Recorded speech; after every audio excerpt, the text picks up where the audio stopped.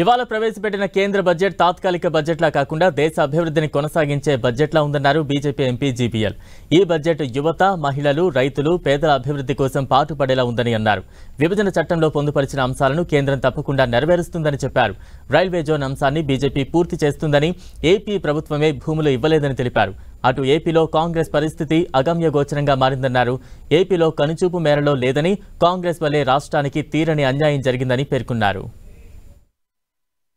మా బడ్జెట్ దేశంలో ప్రధానంగా 4 కులాల కోసం, 4 వర్గాల కోసం.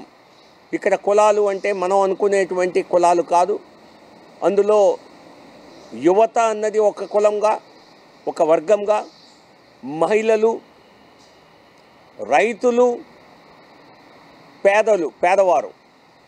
సో ఈ రకమైనటువంటి 4 వర్గాల అభివృద్ధికి, అభ్యున్నతికి కావలసినటువంటి ఒక ఆర్థిక ప్రణాళికని ఈ బడ్జెట్ ద్వారా ఈరోజు రూపొందించడం జరిగింది.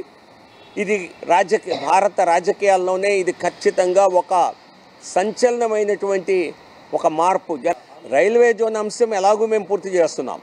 అదే కాదు చెప్తున్నా, బీజేపీ అభ్యర్థుల్ని ఎంపీలుగా గెలిపిస్తే మీరు చూశారు, చేసిన ప్రామిస్ చేయనివి కూడా చేసినటువంటి నాయకుడు నరేంద్ర మోదీ గారు.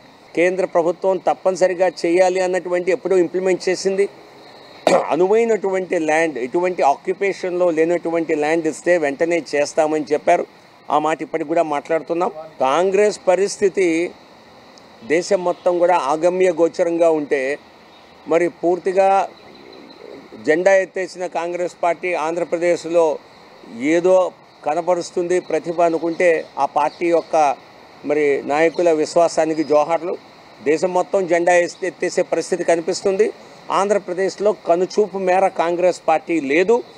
ఆంధ్రప్రదేశ్కి ఏ విధంగా అన్యాయం జరిగినా దానికి పూర్తిగా బాధ్యత వహించవలసింది కాంగ్రెస్ పార్టీ.